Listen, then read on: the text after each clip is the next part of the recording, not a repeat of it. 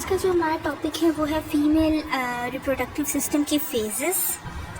The female reproductive cycle normally ranges from 24 to 35 days. Events occur during the cycle are divided into three phases: menstrual phase, pre-ovulatory phase and post-ovulatory phase. Menstrual phase और menstruation, अब ये basically तीन phases हैं, ठीक है। इसको हम लोग एक फ्लो चार्ट की फॉर्म में समझने की कोशिश करेंगे तो हमारे लिए ज़्यादा इजी रहेगा। स्टार्ट करते हैं मेंस्ट्रुअल फेज से। सबसे पहले हम अगर इसकी ड्यूरेशन की बात करें तो ये 5 डेज़ की ड्यूरेशन होती है, ठीक है। 50 to 150 ml of the blood, tissue fluid, mucus और epithelial cells of the endometrium. Basically ये जो हमारे पास मेंस्ट्रुअल फेज में डिस्चार्ज होता है ना, उसकी कंपोनेंट्स बताए हैं, जिसमें हमारे पास 50 to 150 ml of the blood होगा, tissue fluid, mucus, epithelial cells of the endometrium, ठीक है। और this discharge is due to oestrogen and progesterone decrease. जब ईस्ट्रोजन और प्रोजेस्टेरोन डिक्रीज हो जाते हैं तो ये डिस्चार्ज होता है हमारे पास रिलीज होता है, ठीक है। अब इसमें क्या होता है कि जब ईस्ट्रोजन और प्रोजेस्टेरोन डिक्रीज हो जाएंगे तो जो यूट्राइन की स्पाइरल आर्टरीज हैं वो कंस्ट्रिक्ट होंगी, वहाँ पे टिश्यू इस्कीमिया होगा, टिश्यू डेथ स्टार्ट हो जाएगी, ठीक है।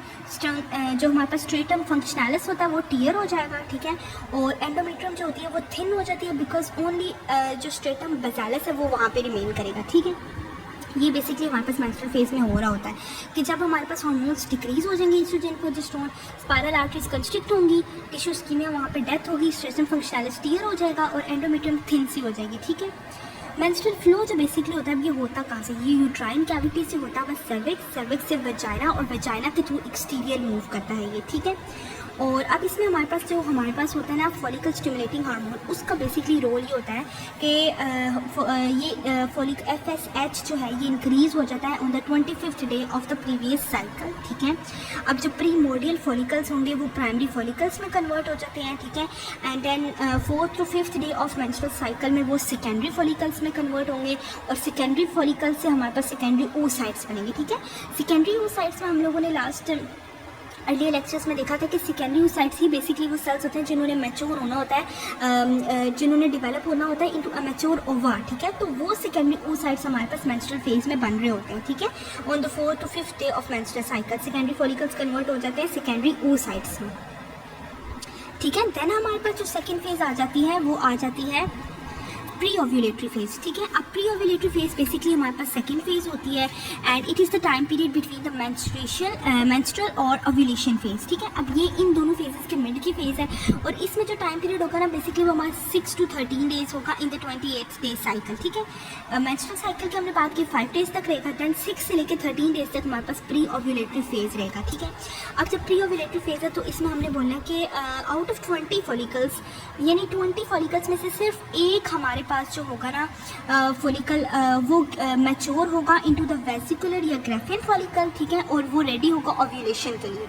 और अब ये जो एक फॉलिकल हमारे पास जो मैच्योर हो रहा है ना, जो रेडी हो रहा है फॉर द ओव्यूलेशन, वो हमारे पास ना ओवरी के ऊपर बिल्कुल विजिबल होगा, ठीक है। Blister like bulge on the surface of the ovary होगा। अब यहीं पे वो पॉइंट होता है जब हमें पता चलता है कि फैटर्नल या नॉन आइडेंटिकल ट्विंस हैं कि नहीं, ठीक है। अगर तो 2 फॉलिकल्स होंगे ना, 2 फॉलिकल्स बन रहे हैं तो इट्स मीन कि वो फैटर्नल नॉन आइडेंटिकल ट्विंस की तरफ जाएंगे, ठीक है। हार्मोन्स की बात करें तो इस फेज़ में हमारे पास सब हार्मोन्स इंक्रीज़ हो जाते हैं, ठीक है।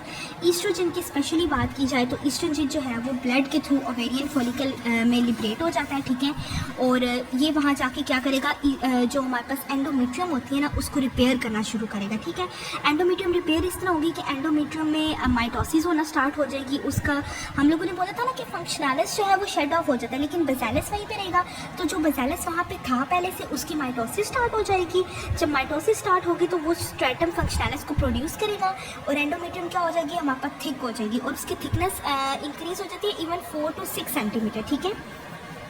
और इसी हमारे पास जो प्री ओव्यूलेटरी फेज होती है इसको हम लोग ना प्रोलिफ्रेशन फेज भी कहते हैं, क्योंकि एंडोमेट्रियम की यहाँ पे प्रोलिफ्रेशन हो रही होती है, ठीक है। और मेंस्ट्रुअल फेज और प्री ओव्यूलेटरी फेज इन दोनों फेजेस को हम लोग फॉलिकुलर फेज भी कहते हैं बिकॉज कि यहाँ पे जो ओवेरियन फॉलिकल होता है ना उसकी ग्रोथ और डेवलपमेंट हो रही होती है, ठीक है। उसके बाद हमारे पास आ जाती है ओव्यूलेशन, ठीक है। अब ओव्यूलेशन भी हमारे पास प्री ओव्यूलेशन के साथ ही आएगी, प्री ओव्यूलेटरी फेज़ के बाद ओव्यूलेशन आएगी, ठीक है। अब ओव्यूलेशन बेसिकली जो होती है ना, ये 14th डेज पे स्टार्ट होती है इन 28 साइकिल, ठीक है।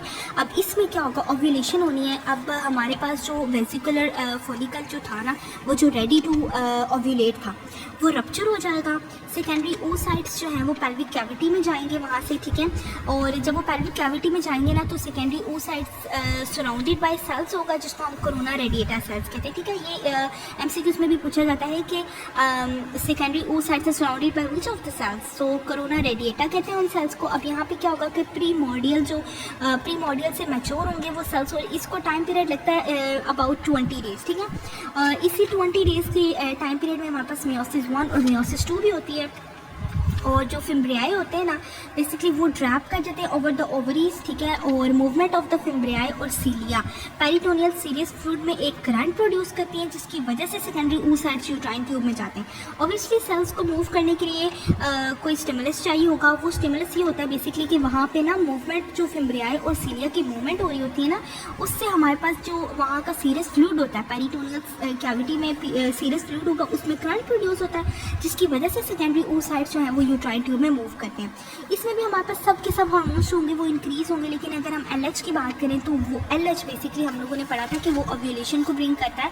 तो ओव्यूलेशन में ना हमारे पास जो सबसे ज़्यादा हार्मोन वाइटल रोल प्ले करता है, वो हमारे पास LH होता है, ल्यूटिनाइजिंग हार्मोन।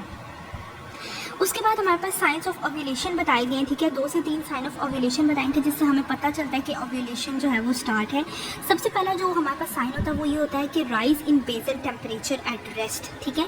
0.4 से 0.6 फ़ारेनहाइट तक का जो बेसल टेम्परेचर है वो हमारे पास राइज हो जाता है। And 24 hours following rise in temperature being best time to become pregnant, ठीक है। ये टाइम होता है बेसिकली हमारे पास हाई फर्टिलिटी टाइम होता है, ठीक है। And best time to be pregnant 24 hours following rise in temperature. Second sign of ovulation हमारे पास ये होता है कि amount and consistency of cervical mucus. Cervical mucus जो है ना, वो ईस्ट्रोजन और प्रोजेस्टेरोन रेगुलेट कर रहे होते हैं, ठीक है। वो क्लियर और स्ट्रेचिंग म्यूकस होता है, और अगर हम उसको फोर्स से ग्रैस्प करने की कोशिश करें ना, तो वो बहुत ज़्यादा स्ट्रेच होता है, ठीक है। इवन 12 से लेकर 15 सेंटीमीटर तक वो स्ट्रेच हो जाता है। तो जब हम देखेंगे कि इतना ज़्यादा स्ट्रेचिंग म्यूकस है और उसकी अमाउंट भी इंक्रीज़ हो गई है, कंसिस्टेंसी भी इंक्रीज़ हो रही है, तो ये हमारे पास बेस्ट टाइम होता है greatest fertility and to become pregnant. Third हमारे पास जो साइन आता है ओव्यूलेशन का, वो आता है सर्विक्स, ठीक है। सर्विक्स में हमारे पास क्या होता है कि एक्सटर्नल ओस ओपन हो जाएगा, सर्विक्स राइज होगा, सॉफ्ट हो जाएगा, ठीक है। ये भी हमारे पास साइन ऑफ ओव्यूलेशन है कि एक्सटर्नल ओस ओपन होगा, सर्विक्स राइज हो जाएगा और वो सॉफ्ट हो जाएगा। अब इस टाइम पीरियड में हमारे पास सम ऑफ द वुमेन जो है वो एक्सपीरियंस करती हैं pen at the time of ovulation in one और बोथ ऑफ द ओवरीज, और पेन होता है मिडल में, और ये पेन में लास्ट फ्रॉम अ डे और 2 सम आवर से लेके डेज तक जा सकता है ये, ठीक है। और इस पेन को बेसिकली हम कहते हैं मिटल शिमर्स पेन, ठीक है। मिटल शिमर्स कहते हैं हम लोग इस पेन को।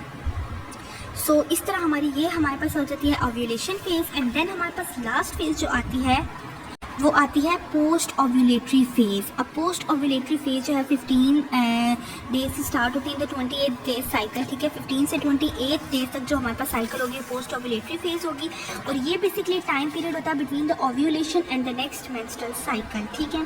अब इसमें एक ल्यूटल फेज़ आती है। इसमें होता है कि ओव्यूलेशन के बाद LH जो है ना, LH ल्यूटिनाइजिंग हार्मोन, वो क्या करेगा, वेसिकुलर फॉलिकल को कॉर्पस ल्यूटम के थ्रू प्रोड्यूस होगा।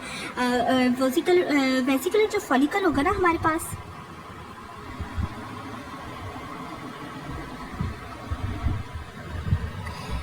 अच्छा, तो हमारे पास लास्ट जो फेज़ आती है वो आती है पोस्ट ओव्यूलेटरी फेज़, ठीक है। ये 15 से लेकर 28 डेज तक चलेगी हमारे पास इन द 28 डेज साइकिल। अब ये टाइम पीरियड होता है between the ovulation and the next menstrual cycle, ठीक है। और ये इसमें हमारे पास आ जाती है ल्यूटल फेज़, यानी आफ्टर ओव्यूलेशन LH जो है वो वेसिकुलर फॉलिकल को जो है वो मैच्योर होकर ना कॉर्पस ल्यूटम में कन्वर्ट हो जाएगा। कॉर्पस ल्यूटम क्या करेगा, मोर ईस्ट्रोजन और प्रोजेस्टेरोन को रिलीज़ करेगा।